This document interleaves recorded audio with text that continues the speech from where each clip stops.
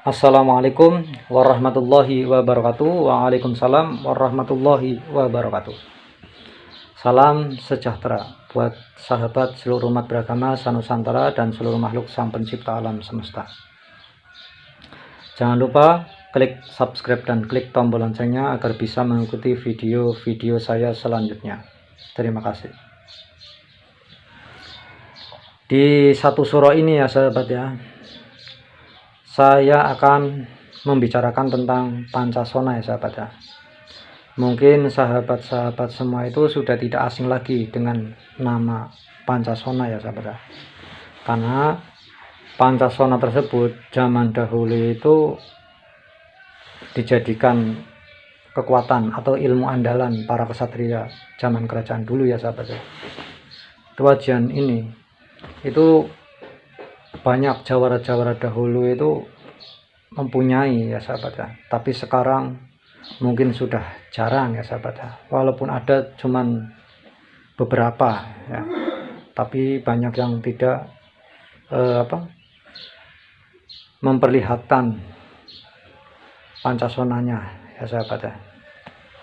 Jadi kayak gini sahabat, Pancasona tersebut sahabat itu terdiri dari kata panca dan sona sahabat. Kalau orang Jawa itu mengartikan itu panca itu 5, sonanya itu senjata atau juga dinamakan 5 senjata di dalam tubuh ya sahabat ya. Tapi kalau di Arab ya, bahasa Arabnya itu sona itu perlindungan, jadi bisa juga dinamakan Pancasona tersebut itu 5 perlindungan dalam makhluk ya, tubuh makhluk kayak gitu sahabat ya. Jadi kita semua itu sebenarnya itu punya sahabat apa itu yang dinamakan Pancasona sahabat, karena unsur-unsur dasarnya itu pada diri kita semua itu sudah ada sahabat. Nah, apa saja unsur-unsur tersebut sahabat? Karena itu panca ya, panca itu 5, jadi unsurnya itu 5 sahabat di dalam tubuh kita itu sudah ada. Nah, cuman jarang yang kita tahu atau mau menggali dan mengkaji tersebut ya sahabat ya. Jadi unsur-unsurnya itu seperti ini sahabat. Di dalam tubuh manusia itu ada 5 unsur ya. Pertama itu unsur bumi ya sahabat ya, dan unsur air, unsur api, serta unsur angin ya sahabat ya. Dan yang satunya itu unsur jiwa. Nah, jarang orang mengetahui jiwa itu salah satu unsur kelima ya sahabat ya. Kebanyakan orang itu tahu cuman ada 4 unsur, yaitu unsur api, bumi, angin, dan air ya sahabat ya. Begitu. Jadi siapa saja sebenarnya itu bisa mendapatkan Pancasona tersebut sahabat, karena dasar-dasarnya itu sudah ada di dalam diri kita semua sahabat ya. Karena 5 unsur tersebut itu sudah ada di dalam diri kita semua, cuman tergantung kita mau mengkaji atau mau menggali atau tidak kayak gitu ya sahabat ya. Dan tata caranya pun berbeda-beda sahabat, seperti zaman dahulu ya, zaman kesatria waktu zaman kerajaan itu ada yang cara bertapa untuk mendapatkan Pancasona, ada juga yang cara langsung lewat seorang guru yang menguasai ilmu tersebut ya sahabat ya. Dan unsur-unsur tersebut kita harus memahami ya sahabat ya.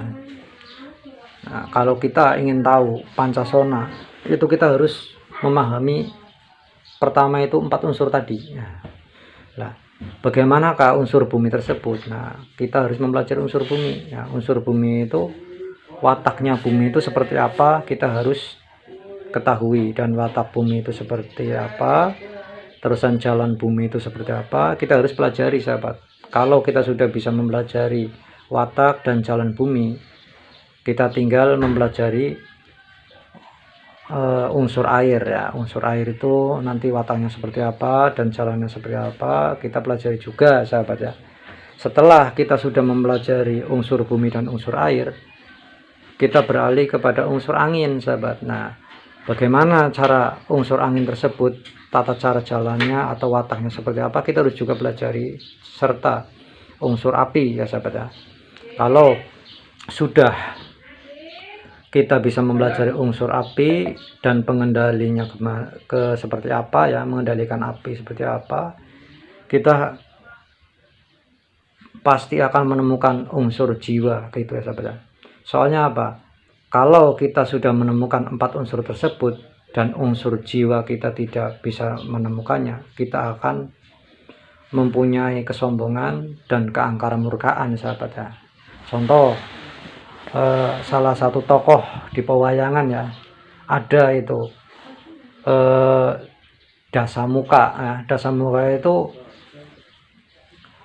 yang bertarung dengan Rama ya sahabat ya. Itu juga punya itu Aji Pancasona, tapi sayang dia tidak bisa mempelajari jiwanya, jadi dia itu menjadi angkara murka seperti itu ya sahabat ya. Dan contoh ada lagi di pewayangan itu Ketek Hanuman ya sahabat ya. Ketek Hanuman itu mempunyai Aji Pancasona, tapi karena dia menemukan jiwanya, dia menjadi seorang resi dan menjadi seorang dewa suci kayak gitu sahabat ya. Itu contoh di pewayangan. Nah, dan juga Pancasona tersebut turun temurun, tidak di cerita pewayangan saja sahabat ya. Turun temurunnya itu sampai zaman kerajaan dahulu itu juga banyak orang-orang yang mempunyai Pancasona tersebut sahabat. Nah, waktu zaman Majapahit itu ya, terusan para aulia atau para wali-wali di Jawa juga mempunyai Aji Pancasona tersebut sahabat. Cuman kita itu tidak memahami itu ya sahabat ya, karena itu sudah masa lampau ya sahabat ya. Dan mungkin sekarang pun masih ada, cuman tidak begitu banyak seperti zaman kerajaan dahulu ya sahabat ya. Mungkin sekarang pun masih ada yang mempunyai ajian tersebut sahabat ya, Aji Pancasona ya. Entah orangnya itu di mana itu, karena orang-orang tersebut itu tidak akan memperlihatkan keahlian Pancasonanya sahabat ya. Kalau dia benar-benar orang-orang yang mumpuni, dia itu akan bertingkah laku aneh malahan ya sahabat ya. Dan dia menutup-nutupi dirinya sendiri. Itu kebanyakan itu orang seperti itu sahabat. Diibaratkan itu ilmu padi, semakin tua semakin menunduk kayak gitu sahabat ya. Berarti semakin ilmunya tinggi seseorang itu, semakin dia terlihat bodoh dan lemah kayak gitu sahabat ya. Jadi kita itu harus memahami ya sahabat ya. Apabila kita ingin mendapatkan Pancasona tersebut itu dengan tata cara berbagai macam tadi ya sahabat ya. Ada yang lewat berguru atau bertapa, itu zaman dahulu ya sahabat ya. Ini jadi saya akan menceritakan ya salah satu cerita kisah saya, ini nyata ya sahabat ya. Dulu saya itu ada di Tegal ya, Tegal kota ya sahabat ya. Ketika itu saya itu puasa sunnah, cuman makan nasi sama lauknya itu kacang tanah atau kacang kulit ya sahabat ya. Terusan kalau malam itu sholat di Masjid Panggung Tegal ya. Tapi saya menjalankan itu tidak bermaksud ingin mencari apa-apa sahabat ya. Cuman itu daripada kalau malam itu bengong atau kalau malam ngelamun, jadi saya pergi ke masjid untuk sholat malam. Nah, sholat malamnya dulu itu saya itu pakai sholat malam tasbih ya sahabat ya, 4 rakaat ya, sholat malam tasbih. Berarti antara jam 12:30 sahabat saya mulai sholat malam tasbih, dan setelah sholat malam tasbih lalu saya sujud gitu ya, sujud dengan membaca Allahu begitu sahabat ya. Nah, beberapa hari sahabat saya setiap malamnya itu ke Masjid Panggung terus dengan laku itu tadi sahabat ya, sambil makan nasi sama lauk kacang kulit sahabat ya, atau kacang tanah yang dikeringkan, tapi kacang tanah yang ada kulitnya sahabat ya. Nah, itu selama 8 bulan sahabat. Tapi saya menjalankan sholat sujud tersebut itu baru kalau nggak salah itu 40 hari sahabat. Ya, kalau makan nasi sama kacang tadi itu selama 8 bulan. Nah, waktu saya itu pas 41 hari kalau nggak salah ya, saya sujud di Masjid Panggung sahabat. Itu tiba-tiba itu seperti ada apa ya, kaca atau apalah ya, itu jatuh dari atas sahabat, berbunyi prang kayak gitu ya. Dan saya kaget, jadi saya terbangun dari sujud tadi sahabat ya, tapi masih keadaan duduk ya. Ketika itu sahabat, entah itu cuman bayangan saya atau khayalan atau nyata, itu saya juga nggak begitu paham ya sahabat ya. Itu di depan saya itu ada 2 sosok ya sahabat ya, itu berbentuk manusia tapi seperti kera sahabat. Yang satu itu mukanya itu, bulunya itu merah, dan yang satu itu putih sahabat ya.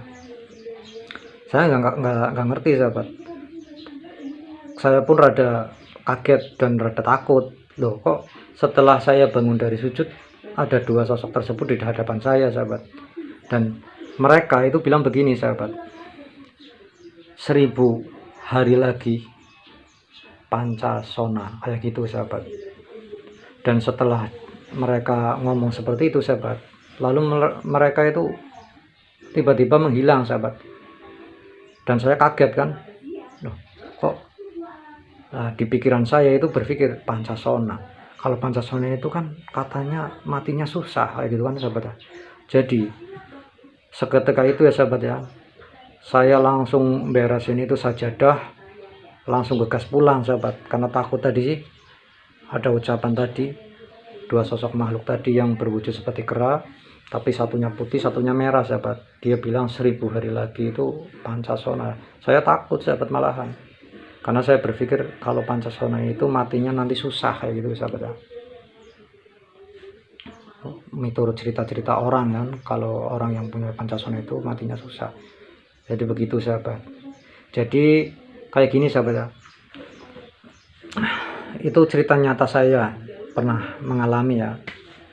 Tapi waktu melihat sosok tersebut itu, entah saya itu halusinasi ataupun tidak, itu saya nggak tahu ya. Yang penting saya cerita itu benar-benar saya alami sendiri sahabat ya. Kalau ada sahabat-sahabat yang masih penasaran dan ingin mendapatkan Pancasona tersebut, silahkan datang saja ke Masjid Panggung dan lakukanlah sholat tasbih antara 1:30 malam. Setelah sholat tasbih silakan sahabat sujud, dan di dalam sujud tersebut usahakan sahabat konsentrasi dan membaca Allahu saja di situ ya sahabat ya. Dan sambil juga sahabat puasa mutih atau puasa sunnah, terserah sahabat ya. Tapi kalau sahabat pingin mendapatkan Pancasona tersebut, kalau saya itu tidak mau sahabat, karena kata cerita-cerita orang tua dulu itu, kalau orang yang mempunyai Pancasona itu matinya nanti susah ya sahabat ya. Nah, begitu sahabat. Jadi silahkan bagi sahabat yang ingin mendapatkan Pancasona tersebut, seperti itu ya sahabat ya. Jadi mohon maaf apabila ada kata-kata atau video saya yang kurang berkenan di hati sahabat semuanya. Dan jangan lupa klik subscribe dan tombol loncengnya agar bisa mengikuti video-video selanjutnya. Saya ucapkan terima kasih. Assalamualaikum warahmatullahi wabarakatuh. Waalaikumsalam warahmatullahi wabarakatuh. Salam dariku, Nur Cahaya Samudra. Terima kasih.